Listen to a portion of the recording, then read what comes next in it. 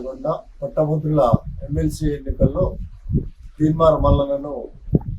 ఇవాళ గుర్తించి అభ్యర్థిగా ప్రకటించడం శుభ పరిణామం.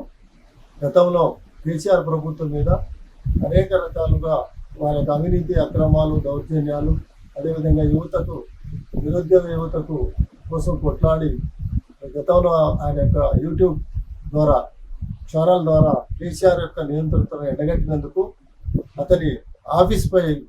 భౌతిక దాడులు చేసి కొట్టడం, అదేవిధంగా కక్షగట్టి 100 రోజులు జైలు శిక్ష అనుభవించడం, అనేక రకాలుగా కుటుంబాన్ని కానీ వాళ్ళని వేధించి చేసిన గుర్తింపుగా తెలంగాణ సమాజం కోసం, నిరుద్యోగ యువత కోసం మరి మల్లన్న కొట్లాడి ఇవాళ అదే యువత కోసం మంచి జరుగుద్దనే ఉద్దేశంతో ఇవాళ మల్లన్నకి పట్టభద్రుల ఎమ్మెల్సీ అభ్యర్థిగా ప్రకటించినందుకు యువకులు, మేధావులు, చదువుకున్న పట్టభద్రులందరూ అత్యధిక మెజార్టీతో తీన్మార్ మల్లన్న గెలిపించాల్సిందిగా కోరుతా ఉన్నాం.